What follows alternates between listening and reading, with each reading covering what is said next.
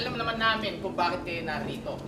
Hindi naman kayo nagpaunlak para pakinggan nyo yung mga sasabihin namin na tungkol sa mga sumisimbolo sa gobyerno. Alam namin, nandito kayo para sa mga bilanggo. Alam namin, nandito kayo, porque required yung iba dito, para malaman kung anong pinagagawa namin. Mga bilanggong yun. Well, Acosta was treated well by the apprehending troops. Kami naman inuobserba pa rin. Inuobserbahan pa rin namin ang human rights.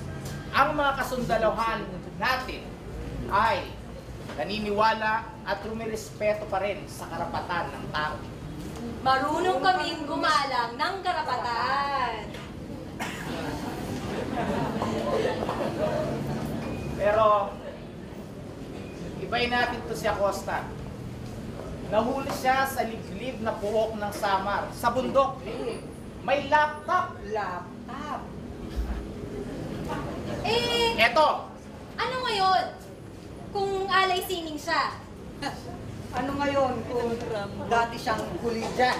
Sinong kulit dito? Taas ang kamay. Sino ba dyan?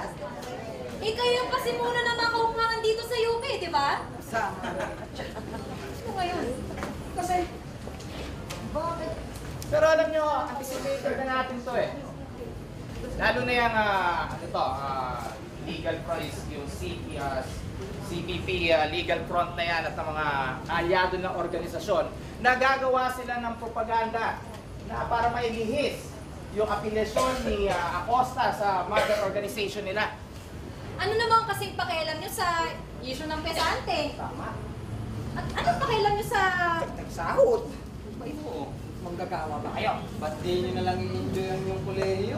Yes. Study. Focus on your studies. Kaya sinabi ko, ibahin niya si Acosta. Nahuli siya sa liblib na puok ng Samar. Sama. Nahuli na meron siyang laptop Laptop. sa bundok. Sa bundok. Ito ang katunayan. Magpapatunay na hindi totoo na sinasabi nila na hindi siya armado. Na hindi siya armado. Armado siya ng M16 rifle. Bayang bata ng bayang yan nakuha. Ano hawak niya mo? Yan ba ang artist? Yan ba ang poet? Ha!